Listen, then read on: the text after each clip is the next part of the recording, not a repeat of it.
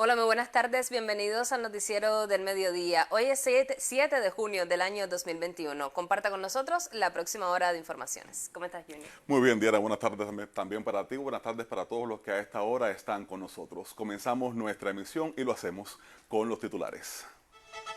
Felicita Díaz-Canel a bibliotecarios cubanos en su día. Condena Bruno Rodríguez Parrilla afectaciones del bloqueo de Estados Unidos al sector privado en Cuba. Aumenta a 50 el número de muertes por coalición de 2 trenes en Pakistán. Comenzamos con las informaciones. El ministro de Relaciones Exteriores de Cuba, Bruno Rodríguez Parrilla, recalcó hoy en Twitter el impacto del bloqueo de Estados Unidos sobre los negocios privados en la nación antillana, sensiblemente afectados tras el recrudecimiento de esa política. En su cuenta en la red social, el canciller cubano afirmó que mientras el gobierno estadounidense dice apoyar a ese sector y busca su prosperidad, mantiene las medidas que dificultan su desarrollo y restringen el acceso al mercado estadounidense. Recientemente, el secretario de Estado norteamericano Antony Blinken aseguró que su país favorece a los trabajadores privados en Cuba. Sin embargo, Washington sostiene inalterable el cerco económico, comercial y financiero contra la mayor de las Antillas. Ese bloqueo se evidencia con la imposición de más de 240 disposiciones durante la administración de Donald Trump, que incluyen la limitación de viajes y afecta a miles de trabajadores privados conectados con la actividad turística. Y a propósito de la denuncia del canciller cubano, la red de intelectuales, artistas y movimientos sociales en defensa de la humanidad suma nuevas voces contra el bloqueo de Estados Unidos y su política de subversión contra nuestro país. Así lo dio a conocer el coordinador de la organización en Cuba, José Ernesto Nováez, en entrevista concedida a Prensa Latina. Nováez consideró prioritario el rechazo al bloqueo, por lo que significa la mayor de las Antillas en el ámbito progresista latinoamericano. La red hará llegar a la Asamblea General de las Naciones Unidas más de 5.000 firmas recogidas en todo el mundo con ese objetivo. El documento incluye el apoyo de prestigiosas personalidades como Noam Chomsky, figuras de la política como Rafael Correa y Luis Ignacio Lula da Silva e intelectuales como Elena Poniatowska. Según el directivo, esa iniciativa demuestra que la causa del bloqueo es mundial con un apoyo sostenido. Además, comentó la creciente articulación en determinados sectores de la sociedad civil en rechazo a la hostilidad de Washington, lo que se confirma en las masivas caravanas mundiales, debates y jornadas de solidaridad.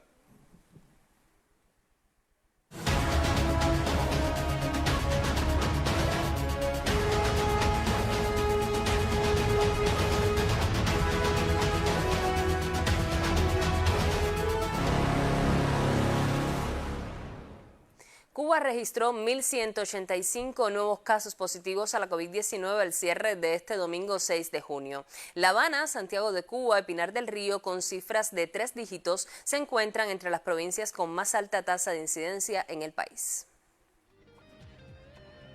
Otra jornada en la que se supera el millar de casos positivos a la COVID-19 en el país.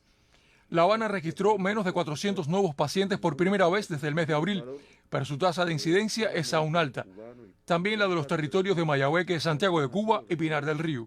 Una buena noticia en este escenario epidemiológico es el avance del proceso de vacunación. Hasta el momento, más de 1.745.000 personas han recibido al menos una dosis de los candidatos vacunales Soberana 02 y Abdala a partir de los ensayos clínicos, los estudios de intervención y la intervención sanitaria.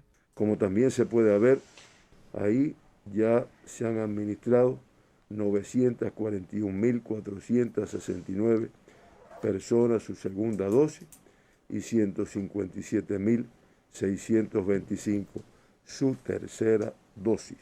Sí, reiterar que todavía esta cobertura con candidatos vacunales no nos permite dar confianza en cuanto al distanciamiento, el nasobuco, todas las medidas que se conocen. Al cierre de este domingo 6 de junio, se mantienen 173 pacientes en unidades de terapias intensivas, 58 en estado crítico y 115 graves. Durante la jornada se lamentó el fallecimiento de 13 personas. Melvin Joel, Sistema Informativo de la Televisión Cubana. El Grupo Temporal de Trabajo en Santiago de Cuba sesionó, como es habitual, para analizar la compleja situación epidemiológica del territorio. Ante el incremento de casos confirmados con la enfermedad, en la reunión se llamó a cumplir con las medidas establecidas para frenar la COVID-19. Inició la reunión del Grupo Temporal, que presidida por Beatriz Johnson Urrutia, gobernadora de Santiago de Cuba, busca evaluar la efectividad de la intervención multisectorial para minimizar los altos índices de contagio del SARS-CoV-2. Funcionarios de la Dirección Provincial de Salud actualizaron a los presentes con los principales indicadores epidemiológicos que presenta el territorio actualmente. Se dio a conocer que existe un incremento de casos confirmados con relación al mes anterior. También aumenta la dispersión, el número de fallecidos y la cifra de asintomáticos. Rindieron cuentas los responsables de las áreas de salud de la cabecera provincial y de los 9 municipios. Todos explicaron las estrategias para disminuir las desfavorables estadísticas. Fue unánime el criterio de que falta avanzar en el control de los focos, el aislamiento e ingreso oportunos, la labor en la comunidad del grupo básico de trabajo, médico y enfermera de la familia, el control de los contactos de segundo orden, así como la realización de las pesquisas con la calidad requerida para detectar a tiempo sospechosos y enfermos. Finalizando la reunión, Carilda Peña, viceministra de Salud Pública, acotó que debe profundizarse en el uso del nasobuco en la población, el distanciamiento sobre todo en las colas, además de revisar las acciones de salud que no han tenido el impacto necesario. Lisandra Pérez Enríquez, Sistema Informativo de la Televisión Cubana. Con la confirmación de 134 casos positivos a la COVID-19 en el día de hoy, Pinar del Río se encuentra entre las provincias que presenta un mayor deterioro de sus indicadores epidemiológicos. Este territorio reporta un total de 540 pacientes bajo vigilancia clínica, entre ellos 133 sospechosos y 407 confirmados activos. Para conocer detalles, establecemos contacto con la periodista Fátima Rivera Amador, a quien damos las buenas tardes. Muy buenas tardes desde Pinar del Río, provincia que luego de procesar 1.021 muestras de PCR por el Laboratorio de Biología Molecular del territorio, amaneció hoy con 134 casos positivos a la COVID-19. Resulta lamentable en esta jornada tener que anunciar el fallecimiento de un paciente de 89 años de edad del municipio de Sandino como consecuencia de esta pandemia. Nuestras condolencias a familiares y amigos. Les comento también que después de una semana de registrar como promedio unos 40 confirmados diarios a la enfermedad, la cifra de hoy vuelve a tensar la situación epidemiológica de vuelta abajo, que presenta una tasa de incidencia de 171,1. Superan la media provincial los municipios de Sandino con 580,5 por 100.000 habitantes y Pinar del Río con 331,3. Del total de confirmados, más del 50% eran asintomáticos, lo que demuestra la importancia de no descuidar las medidas higiénico-sanitarias ni bajar la percepción de riesgo, aunque se avance en la intervención sanitaria con el candidato vacunal Abdala.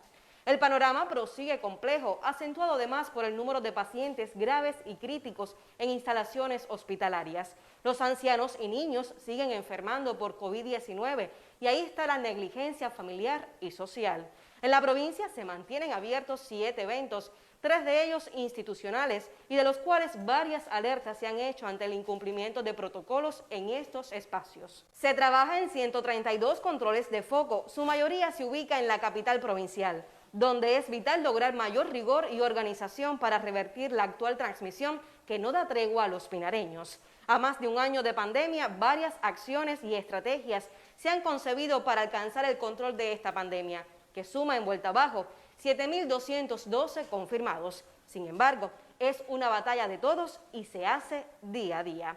Es todo lo que teníamos para ofrecerle por el momento. Síganos en nuestras redes sociales y el sitio web del canal para más información.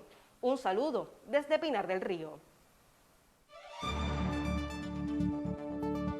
La formación pedagógica ajustará sus procesos a los escenarios actuales propiciados por la COVID-19. Más adelante en esta emisión conocerá sobre la continuidad y cierre del curso escolar en ese nivel educativo.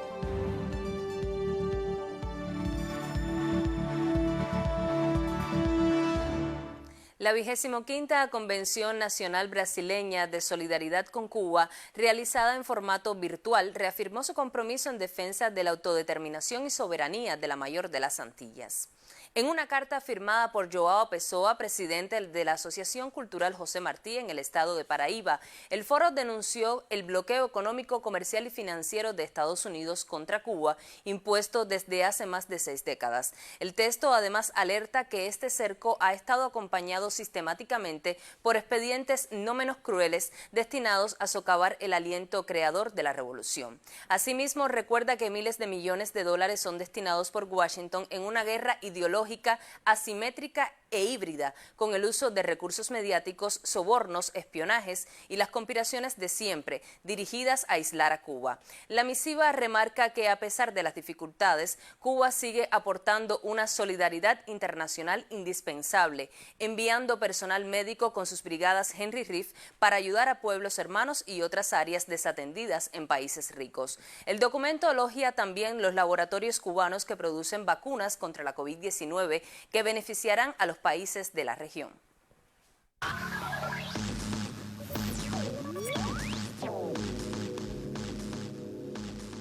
Buenas tardes. Veamos qué es noticia hasta este minuto en el acontecer mundial. El ministro de Relaciones Exteriores de Cuba, Bruno Rodríguez Parrilla, envió hoy sentidas condolencias al pueblo y gobierno de Sri Lanka por las víctimas de las inundaciones y aludes causados por los efectos de un monzón. En su cuenta de Twitter, el canciller manifestó la solidaridad de los cubanos y pidió trasladar a los familiares y allegados de los fallecidos las muestras de pesar.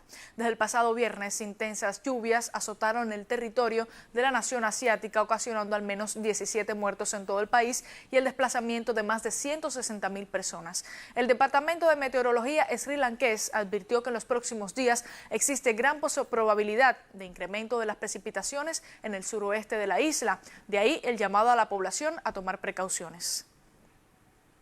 De América Latina trasciende que las movilizaciones continúan hoy en Colombia luego de la ruptura de las conversaciones entre el gobierno y el Comité Nacional del Paro. El comité, que aglutina sindicatos, gremios y organizaciones estudiantiles, entre otras, anunció este domingo que decidió suspender las negociaciones ante el incumplimiento del Ejecutivo de la firma del preacuerdo de garantías para la protesta social. Por medio de un comunicado señaló que el gobierno no está interesado y dilató a propósito la negociación del pliego de emergencia.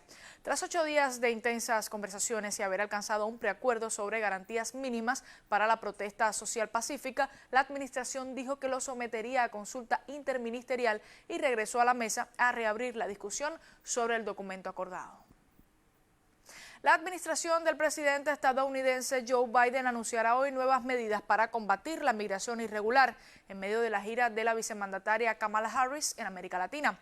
Harris llegó a Guatemala este domingo y posteriormente viajará a México para buscar formas de abordar las causas fundamentales de la migración regional y frenar el éxodo en la región, atendiendo sus causas, entre ellas la corrupción, violencia y pobreza extrema. Un alto funcionario del gobierno estadounidense dijo a los periodistas que la vicepresidenta tiene una visión más amplia para enfrentar la migración masiva, un empeño en el que la ONU también estará involucrada, aunque actualmente tampoco hay planes para anunciar asignaciones de ayuda adicional a la región. De Estados Unidos es noticia que al menos 3 personas murieron, entre ellas un niño, y otras 3 resultaron heridas durante un tiroteo cerca de la base de la Fuerza Aérea de Homestead, Florida. El incidente violento, al parecer relacionado con problemas domésticos, ocurrió dentro de un complejo de apartamentos en las inmediaciones de dicha instalación militar. En la madrugada de este domingo se produjo una acción violenta similar en el suroeste del condado de Miami-Dade, en que dejó 3 víctimas mortales y al menos 6 heridos. Los autores, aún sin identificar por las autoridades, se acercaron en un par de vehículos al estacionamiento de una zona comercial y empezaron a disparar a quienes salían de un local en el que se desarrollaba una fiesta de graduación. Los tiroteos masivos en Estados Unidos crecieron en los últimos meses y en lo que va de año se registraron unos 200 eventos de este tipo, más del doble de los 94 que hubo durante el mismo periodo de 2020, según la organización no gubernamental Archivo de Violencia con Armas. y al menos 50 personas murieron y otras 70 resultaron heridas, según los conteos iniciales tras la colisión este lunes entre los trenes Milad Express y Sir-Ait Express al sur de Pakistán. El Milad Express se descarriló durante la madrugada. Poco después, el Sir-Ait Express chocó con él y, según informó Usam Abdullah, subcomisionario de la policía del distrito de Ghotki, hasta el momento se desconocen las causas del accidente. Un conteo inicial de las autoridades, entre estas el primer ministro pakistaní Imran Khan, situó el número de víctimas en 50, pero medios locales reportaron que la cifra de muertos y heridos va a ir creciendo, pues se encuentran cuerpos atrapados entre los vagones dañados. Y con esta información me despido. Continúe con nuestra emisión.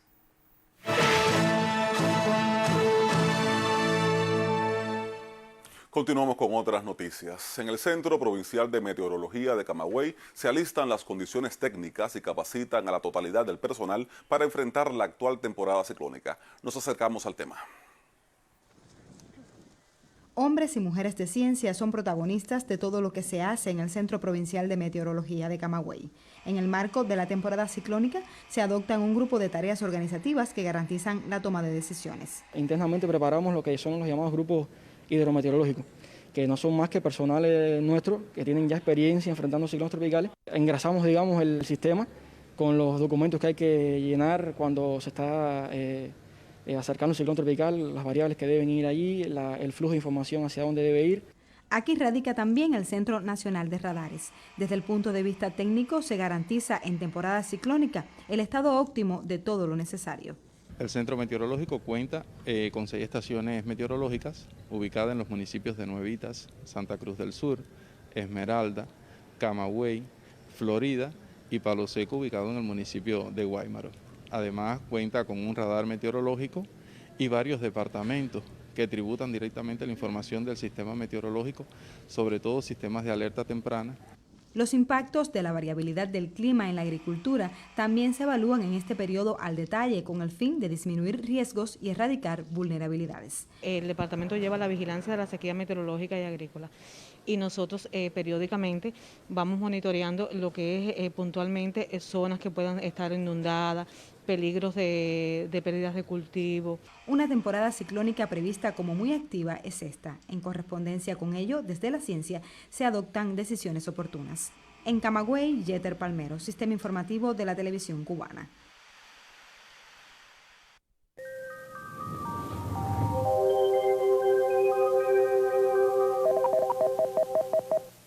Hola, ¿qué tal? Buenas tardes. Ha continuado lloviendo en casi todo el territorio nacional. Ahora los interiores están siendo más afectados que el resto del país, o sea, zonas de la costa norte queda bajo un flujo del este fuerte que hoy llegará a 35 kilómetros por hora. El resto del territorio nacional tendrá sostenidos del este entre 15 y 30 kilómetros por hora. La mayor parte de los nublados entonces irá a localidades del interior. Fíjense que esta mañana estaba lloviendo sobre la isla de la Juventud, el archipiélago de los Canarreos. La lluvia va hacia el sur en el flujo que tenemos de niveles medios y altos del noroeste, pero también el este favorecerá que la mayor parte de los nublados se concentre en el occidente y en localidades del sur de casi todo el país. El pronóstico entonces, cielo parcialmente nublado, llegará a nublado en la región occidental, localidades del interior y sur del resto del país, con aislados chubascos y tormentas eléctricas que serán más escasos hacia zonas del interior y costa norte de casi todo el territorio nacional. Entonces en la noche vamos a tener disminución gradual de los nublados, principalmente en el centro, alguna probabilidad de lluvia en el sur de Mayabeque, también para el oriente en Granma, el resto con muy baja probabilidad. Temperaturas máximas hoy con valores desde 31 hasta 33 grados Celsius en casi toda la mitad occidental superiores. En el oriente puede llegar hasta 34 en la provincia de Granma. En la noche las temperaturas con valores desde 25 a 27 grados en la capital y en localidades del sur oriental como Santiago de Cuba, donde puede haber 27 y un poco más. La noche, entonces vamos a tener Los vientos variables débiles en casi todo el país, pero ya desde la tarde comienzan a soplar del este fuertes, entre 15 y 30 kilómetros por hora los sostenidos, con rachas de hasta 35 kilómetros por hora o en zonas de la costa norte occidental y en la oriental. Marejada en el litoral norte oriental, oleaje en el resto de los litorales, excepto en el sur central, donde habrá poco oleaje hasta el anochecer. En resumen, vamos a tener una tarde con los nublados, principalmente en localidades del interior y sur de casi todo el país. Les deseo a todos que tengan una tarde muy feliz, que se cuiden y hasta mañana.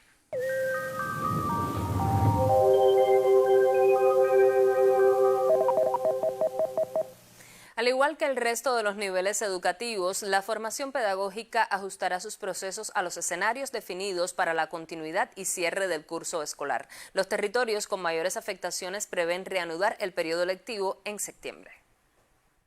Al igual que el resto de los niveles educativos, esta enseñanza trabajará a partir de adaptaciones curriculares y dedicará 19 semanas a concluir el curso escolar 2020-2021. Tendríamos hasta 3 semanas para el diagnóstico, para consolidación, 13 semanas para el desarrollo de las asignaturas del plan de estudio.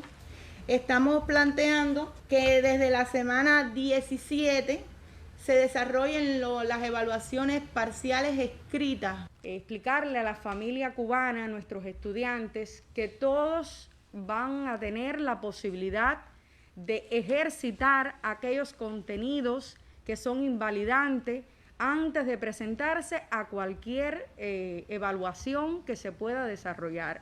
No se va a aplicar ninguna evaluación sin antes haber impartido, desarrollado, consolidado, ejercitado y subsanado todas aquellas dudas. En el caso de los estudiantes de cuarto año, se trabajará con especial énfasis en los contenidos relacionados con las didácticas particulares de su especialidad y en su preparación para los ejercicios de culminación de estudios. Se va a vincular esas actividades presenciales con actividades de la práctica laboral. Esto es importante. Nosotros tenemos la intención, el propósito de una atención muy especial a este cuarto año, en los contenidos referidos a las didácticas particulares de la especialidad en la que se están formando. La mayor parte de las instituciones educativas de la formación pedagógica son de carácter interno.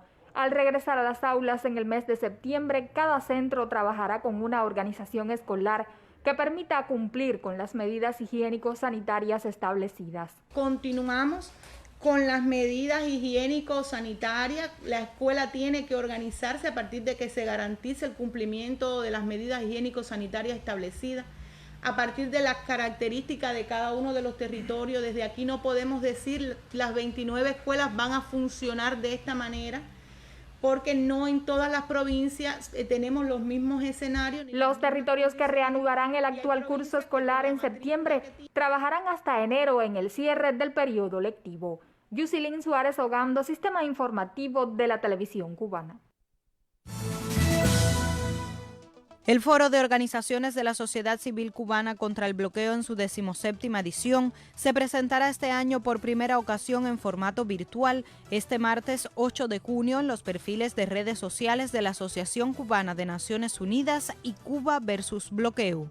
Ese es un espacio propicio para ratificar la demanda del pueblo antillano al gobierno de los Estados Unidos por los daños sufridos durante todos estos años de férreo bloqueo. Constituye además una contribución a la presentación del proyecto de resolución titulado Necesidad de poner fin al bloqueo económico, comercial y financiero impuesto por los Estados Unidos de América contra Cuba, previsto para presentarse ante Naciones Unidas el próximo 23 de junio. Cubanos residentes en Bélgica, con el apoyo de ciudadanos de esa nación, preparan un contenedor de insumos médicos dedicado a la nación antillana, con jeringuillas y agujas para la vacunación contra la COVID-19, que será enviado a principios de julio. El proceso de inscripción de ciclomotores y motos eléctricas en Cuba por personas naturales mayores de 18 años de edad se reinicia este lunes en toda la nación tras ser aplazado en 2020 y a principios del actual año por el impacto de la pandemia de la COVID-19. Hasta el 30 de diciembre de 2022 se desarrollará en el país ese proceso, para el cual cada territorio tiene diseñado un cronograma con las fechas y lugares donde los poseedores de esos medios deberán presentarse, particularmente en la unidad de trámites que atiende registro de vehículos de su municipio de residencia. Wendy Rodríguez Contino, Sistema Informativo de la Televisión Cubana.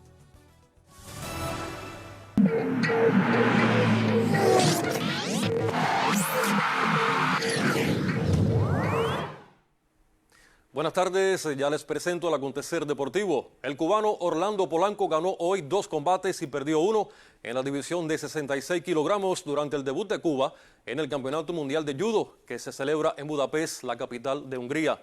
El habanero venció por ippon en su primera presentación al haitiano Mackenzie Laurent y luego por descalificación al egipcio Ahmed Abel Rahman. En octavos de final cayó por Wassari ante el italiano Manuel Lombardo, número 1 del ranking mundial. Con el resultado de este lunes, Polanco añadirá 320 puntos a su coeficiente para el escalafón olímpico en un último intento por acceder a los Juegos de Tokio.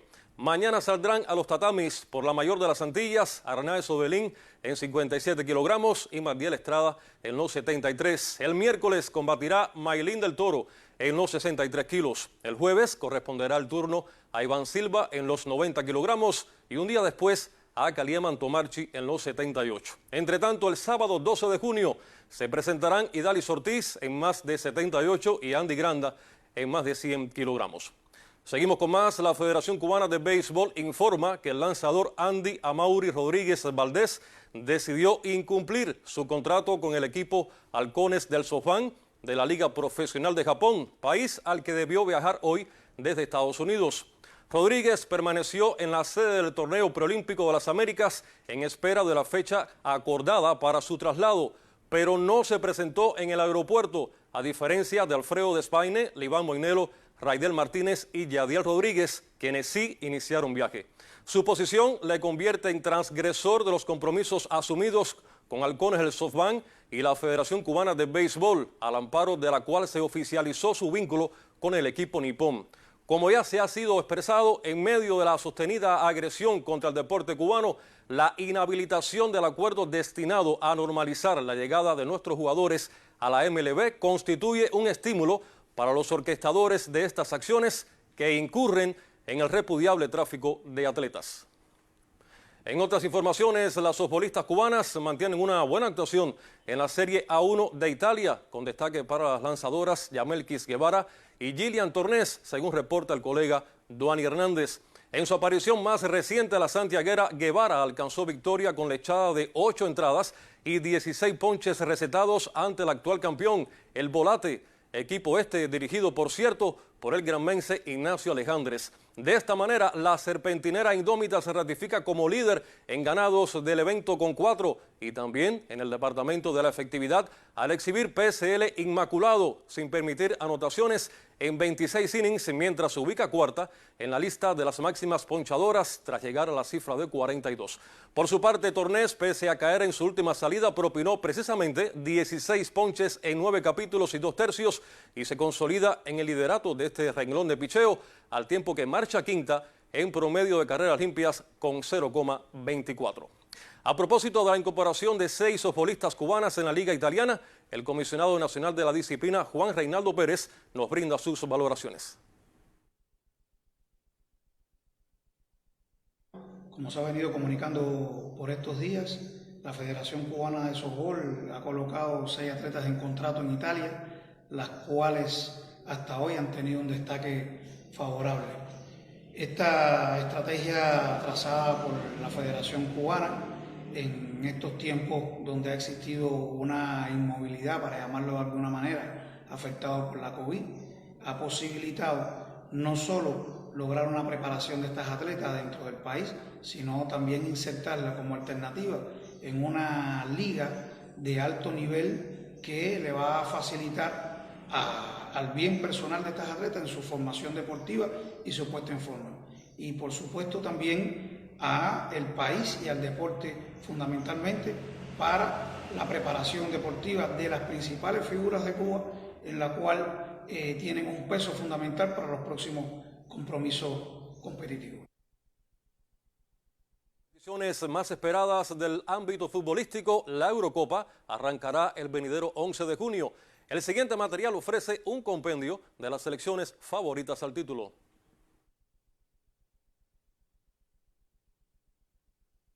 En un camino que no será fácil. Francia es la campeona del mundo. Regresa Benzema a un equipo lleno de estrellas como Pogba, Griezmann o Mbappé. Han perdido uno de sus últimos 17 partidos. Portugal, vigentes campeones de Europa y de la Liga de Naciones. Un conjunto muy competitivo con Cristiano Ronaldo y Joao Félix como cabezas visibles.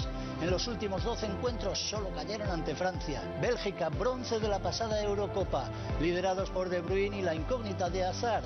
Tras una temporada casi inédito, lo hemos visto protagonizar una campaña de hamburguesas en su país. Es la eterna esperanza y una selección con experiencia a falta de un gran éxito. Llevan 8 partidos invictos. Inglaterra es la gran favorita en las casas de apuestas. Han tenido problemas en la preparación, con Sterling, Sancho o Kane como puntales. Han ganado sus últimos 5 partidos. La fase final se juega en Wembley como aliciente añadido. Alemania siempre es candidata, aunque no pase por su mejor momento. No ha ganado sus 2 últimos encuentros. Kroos, Neuer, Havertz lideran en la despedida de Joachim Löw. Así concluye el tiempo que dedicamos a los deportes. Pasen todos muy buenas tardes. También usted, Duliel. Bueno, continuamos con otras noticias. Junto a Villa Clara y Santiago de Cuba, Santi Espíritus fue reconocida como una de las 3 mejores provincias del país durante el 2020 dentro de la Asociación Nacional de Innovadores y Racionalizadores. El estímulo impulsa el trabajo en el 2021 y ya en los primeros 5 meses el territorio supera los resultados de igual etapa del año anterior. El ingenio y la creatividad de sus innovadores y racionalizadores permitieron a Santi Espíritus cerrar el 2020 como el año de mayor aporte económico gracias a la fabricación de equipos, partes y piezas que mejoran la eficiencia del trabajo y sustituyen importaciones en sectores vitales para el país como la agricultura, la salud, construcción o transporte. Por tal motivo, la NIR en la provincia espirituana recibió el reconocimiento como colectivo distinguido nacional que otorga el Sindicato de Trabajadores de la Administración Pública de Cuba. Solo el pasado año este territorio sobrepasó las 2.000 innovaciones y racionalizaciones, que generaron un efecto económico superior a los 32 millones de pesos, dirigidas fundamentalmente al incremento de la producción de alimentos, sustitución de importaciones e incremento de las exportaciones, el aumento de la producción del trabajo. También aportaron al ahorro de todo tipo de recursos, en especial los portadores energéticos, y a la fabricación y recuperación de piezas de repuesto que mantienen en marcha la producción y los servicios y evitan la espera de que lleguen a Cuba componentes comprados a altos precios en el mercado internacional. El momento fue propicio para reconocer a Yanelis Pita como la mejor económica de la NIR en el país en la última etapa y para premiar desde la música a quienes impulsan en su quehacer diario el desarrollo económico de la provincia y el país. En Santi Espíritus, Javier Alejandro Brito, Sistema Informativo de la Televisión Cubana. En Chile avanza un proyecto de ley en busca de la equidad de género en materia salarial, al tiempo que en Suiza la Organización Internacional del Trabajo dio a conocer un estudio que revela que el empleo juvenil es el más afectado por la negativa incidencia de la COVID-19 en el mercado laboral.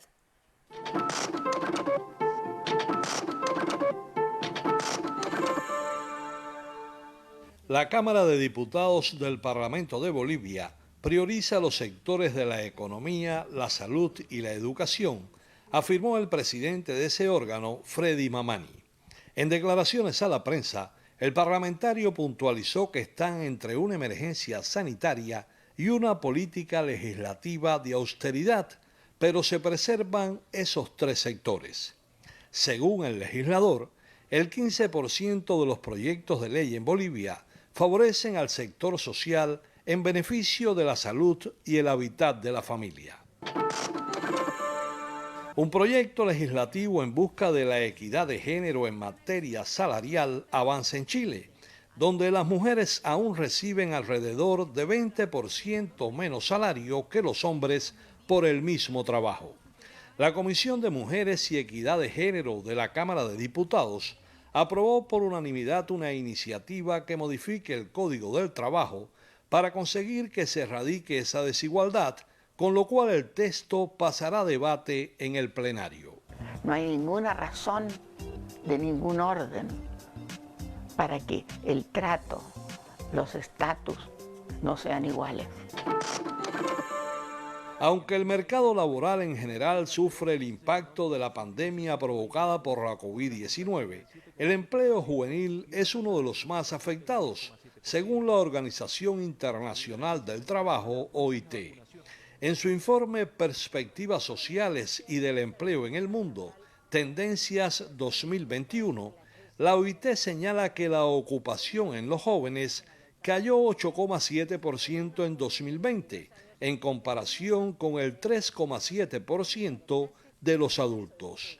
Según la misma fuente, dentro de los jóvenes son las féminas las más afectadas. Néstor Pardiño, Sistema Informativo de la Televisión Cubana. Bueno, y 2 de las 6 economías importantes en América Latina celebraron este domingo elecciones cruciales en la región. Hablamos de México y Perú. Los sufragios tuvieron como telón de fondo una pandemia que causa estragos socioeconómicos que por supuesto ponen al desnudo la estabilidad de las frágiles democracias. La periodista Irma Shelton ofrece detalles. De acuerdo con el periódico La Jornada, el pueblo de México ratificó en las elecciones intermedias de este domingo su apoyo para Morena y la Cuarta Transformación.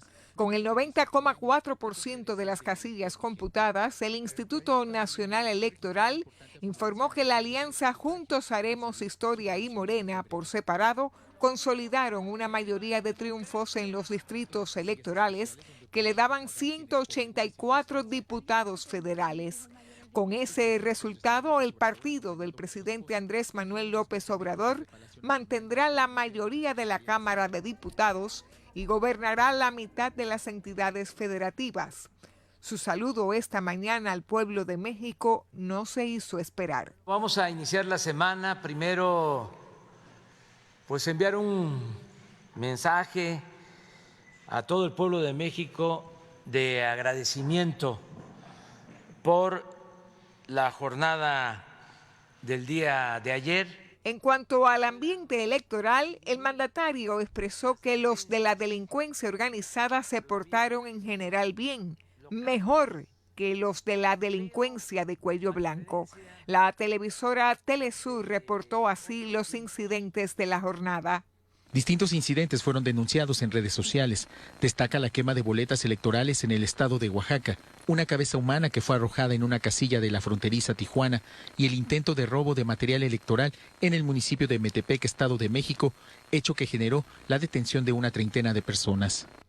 Por su parte, en la segunda vuelta electoral presidencial del Perú, se votó por 2 candidatos en las antípodas ideológicas, Pedro Castillo de izquierda radical y Keiko Fujimori de la derecha extrema.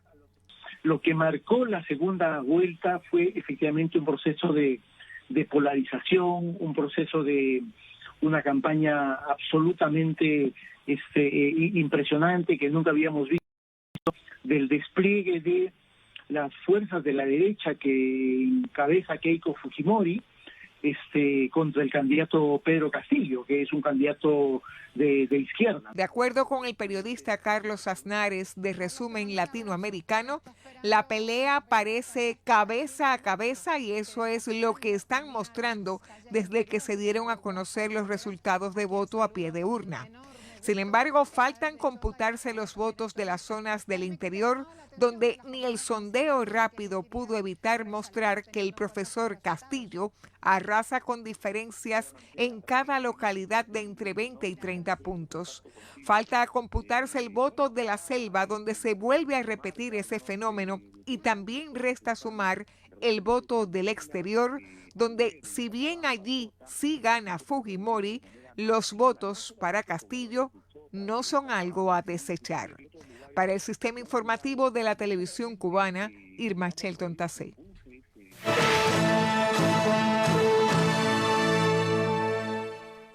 Retomamos el acontecer nacional. El ganadero Jesús Lazo Pérez fue el primer productor autorizado en Mayabeque para el sacrificio de ganado mayor, consumo y comercialización de la carne de res, gracias a las nuevas medidas encaminadas a dinamizar la producción de alimentos en Cuba.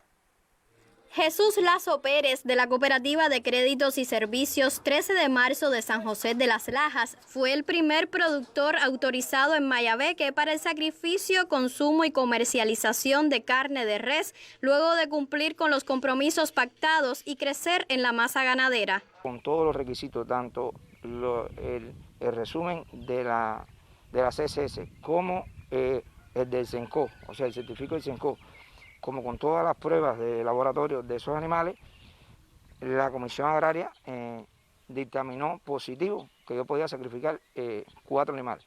De esos 4 animales, 1 para el consumo social mío, conjuntamente con mis trabajadores, y una parte se destina a la comercialización de la población.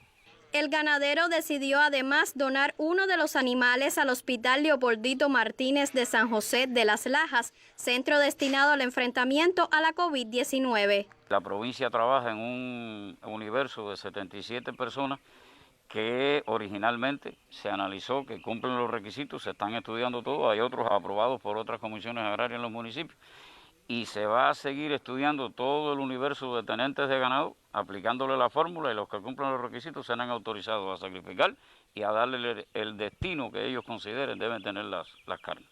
Revitalizar la ganadería es fundamental para el logro de la soberanía alimentaria, el principal objetivo de las medidas aprobadas por el gobierno cubano. Desde Mayabeque, Yaremi Madero, Sistema Informativo de la Televisión Cubana. En los minutos finales de esta emisión ofreceremos algunos testimonios sobre las impresiones que va causando el proceso de intervención del candidato vacunal Abdala en barrios de la capital.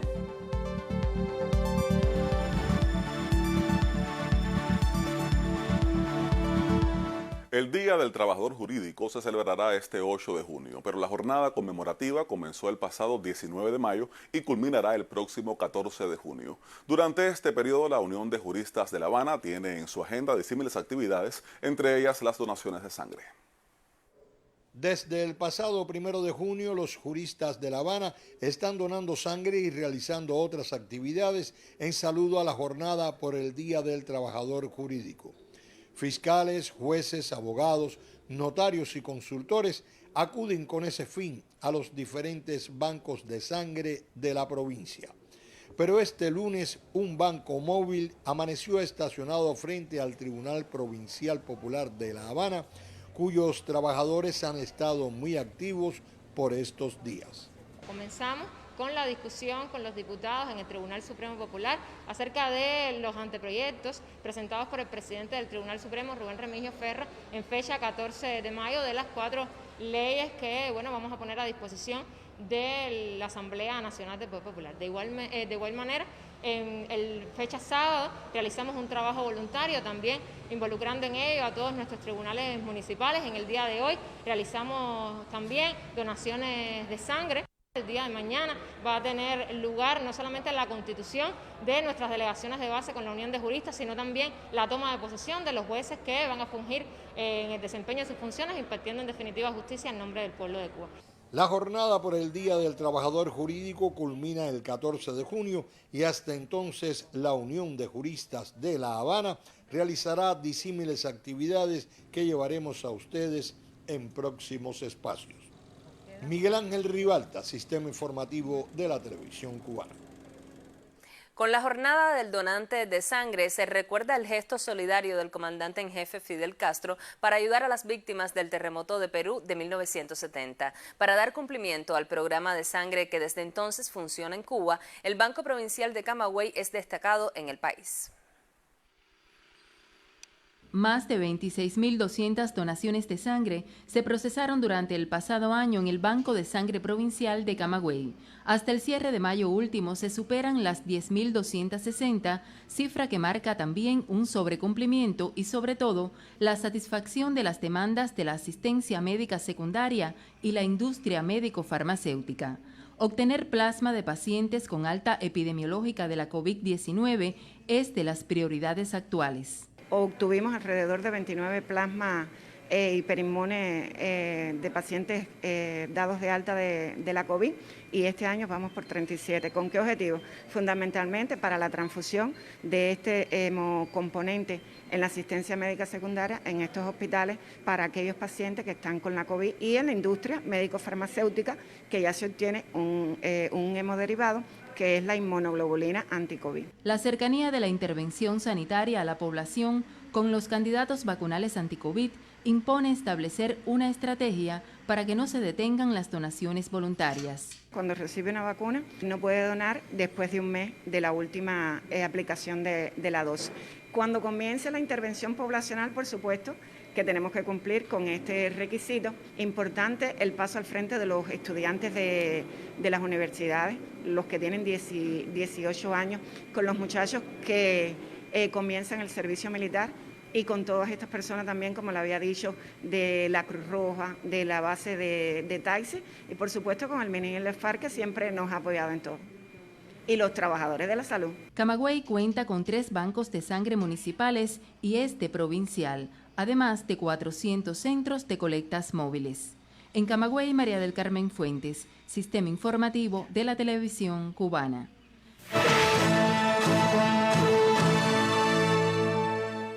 Este 7 de junio se festeja el Día del Bibliotecario en Cuba, y la Biblioteca de la ciudad de Matanzas recibe la fecha con trabajos de reconstrucción y mantenimiento. La Biblioteca Genet y del Monte, creada el 4 de julio de 1835, acomete la reparación de su sala principal, que enfrenta diferentes obstáculos por la pandemia. Las tareas que hemos ejecutado en este periodo de mantenimiento en el 2021 ha sido meramente de acciones que no lleven recursos materiales. Hoy es que estamos recibiendo una serie de áridos y cemento para recomenzar las tareas. Actualmente, con un presupuesto de más de 1.150.000 pesos, se enfrasca en rehabilitar todos sus espacios. Estamos enfocados en adelantar lo más posible la primera planta, que está constituida por la sala general de la biblioteca y el departamento de informática de la biblioteca. La reparación incluye el rescate de inmuebles centenarios de la institución que, aunque se vean sucios por salpicaduras de la construcción, están en muy buen estado y se pueden rescatar. Estos estantes se utilizarían mayormente en la sala general y en la sala de fondos raros y valiosos y la parte de hemeroteca. Estos muebles como vitrina, como mesas de lectura, que son patrimonio del centro, estamos trabajando en su recuperación. Aunque existen algunos mobiliarios que por su conformación, por su material que se utilizó a la hora de hacerlo, como cartón bagazo y estas cosas, han sido deteriorados. Pero todo lo que podemos recuperar del patrimonio que tenemos de la biblioteca, queremos recuperarlo al 100%. No obstante las limitaciones actuales, ellos continúan brindando sus servicios de recogida de libros y otros menesteres. Para festejar su aniversario este 4 de julio, entregarán el premio La Aurora, que se otorga al mejor trabajador o colaborador de la institución. En Matanzas, Ana Valdés Portillo, Sistema Informativo de la Televisión Cubana.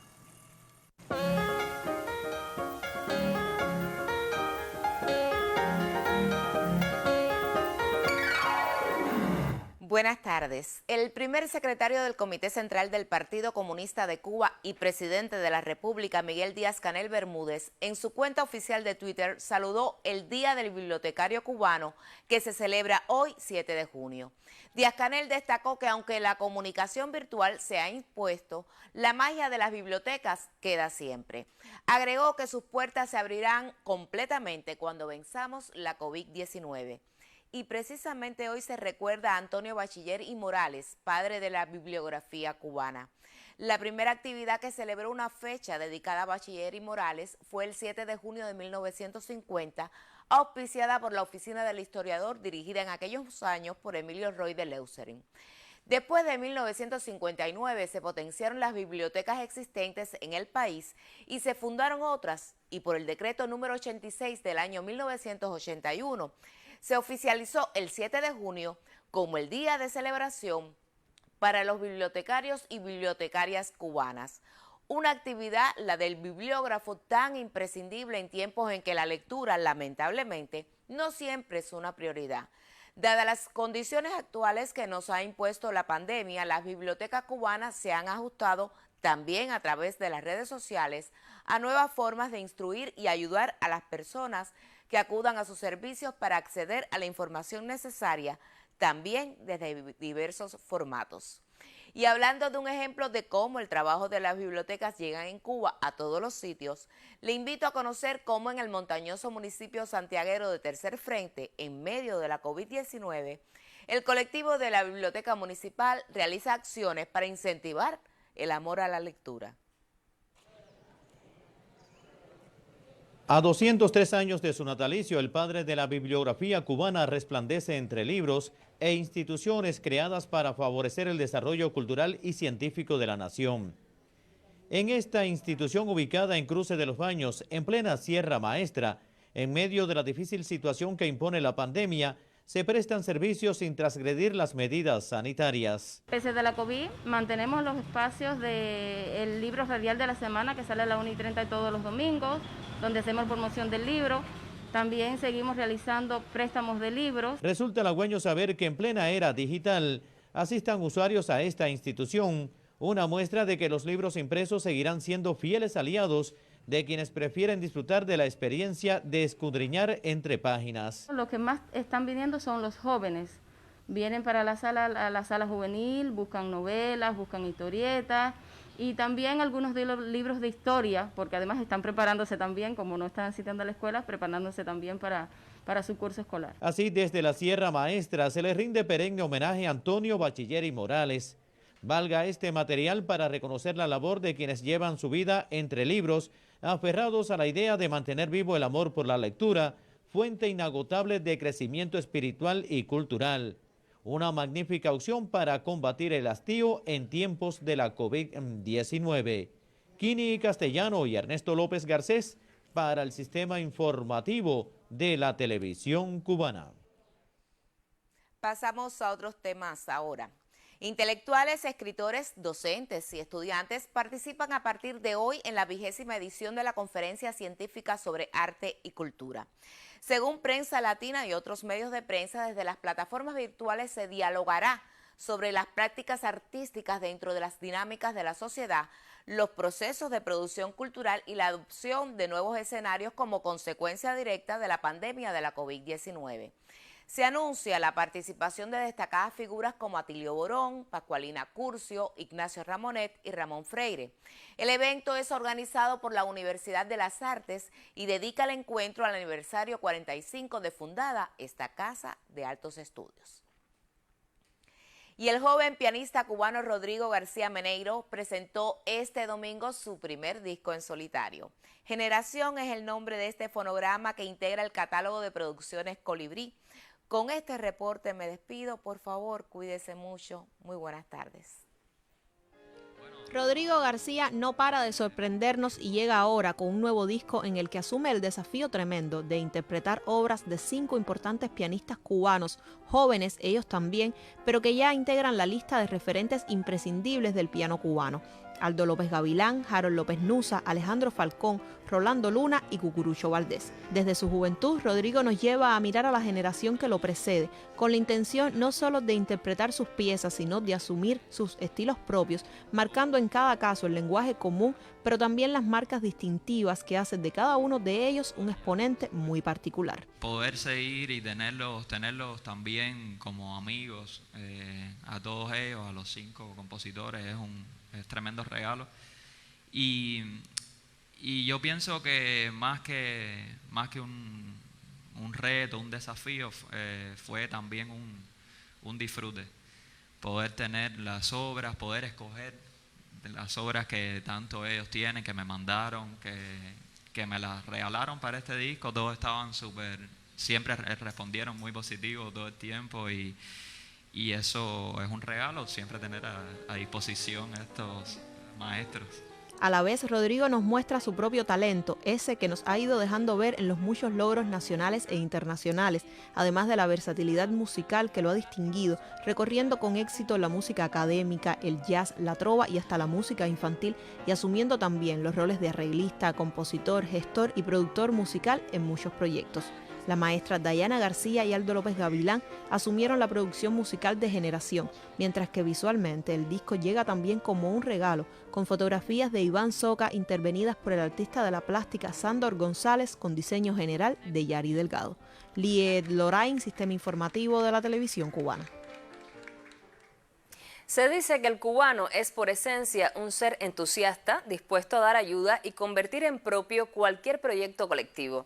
Por ello no sorprende que sean muchas las historias que barrio adentro va creando la intervención del candidato vacunal Abdala en la capital del país.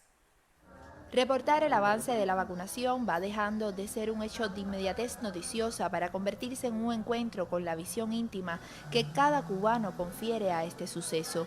Cámara en mano, escuchando las confesiones y algarabías propias de nuestra gente cuando se sienten en la confianza del barrio, el vacunatorio deja de ser solo un espacio físico porque tal parece que es aquí donde la esperanza finalmente toca el horizonte. Es como, ahorita lo leí en el cartel cuando lo estaban poniendo, que lo decía, más que una vacuna, es un país. A mí me conmovió mucho esa frase y la vacuna es un alivio porque ya sabemos que a partir de ahora no vamos a contar con el COVID, vamos a contar con las personas. Durante más de un año, el doctor Liván Sánchez ha recorrido los barrios y sitios clínicos de Boyeros con una alta responsabilidad en la dirección local de los servicios de salud pública. Hoy lo encontramos en uno de los 190 vacunatorios del municipio. Es algo que la población deseaba y necesitaba y que lo ha venido esperando durante mucho tiempo. Para el trabajador de salud también. Es una inyección de una energía espiritual, de esa gasolina que nos hace falta después de tanto tiempo de trabajo continuado con el tema de la COVID. Yo creo que nosotros vemos también una esperanza en depositar en nuestra vacuna y eso nos da también energía espiritual para poder seguir adelante. La vacunación en el consultorio 30 de Alta Habana ha sido una cuestión de colaboración entre vecinos. Los lapiceros que nos donaron los vecinos, el café que nunca faltó, el trabajo de esa cubanía que es único, que sin la comunidad no puede tener un resultado. Un suceso que muchos documentan y comparten como lo más notorio de su día. Siempre uno se levanta un poquito nervioso, ¿no? Por la expectativa de la vacunación. Y ya cuando ahora me pincharon, sin problema hasta ahora. Me siento normal. La próxima semana, otros 7 municipios de la capital certificarán sus sitios vacunales para comenzar a aplicar el candidato Abdala, logrando una cobertura total de La Habana para finales de julio. Un hecho donde la noticia la construye cada individuo desde su visión o su labor diaria. Un suceso esperado y digno de reportar desde esa frontera donde el sentimiento personal sobrepasa el periodismo. Lisandra Sestos, Sistema Informativo de la Televisión Cubana.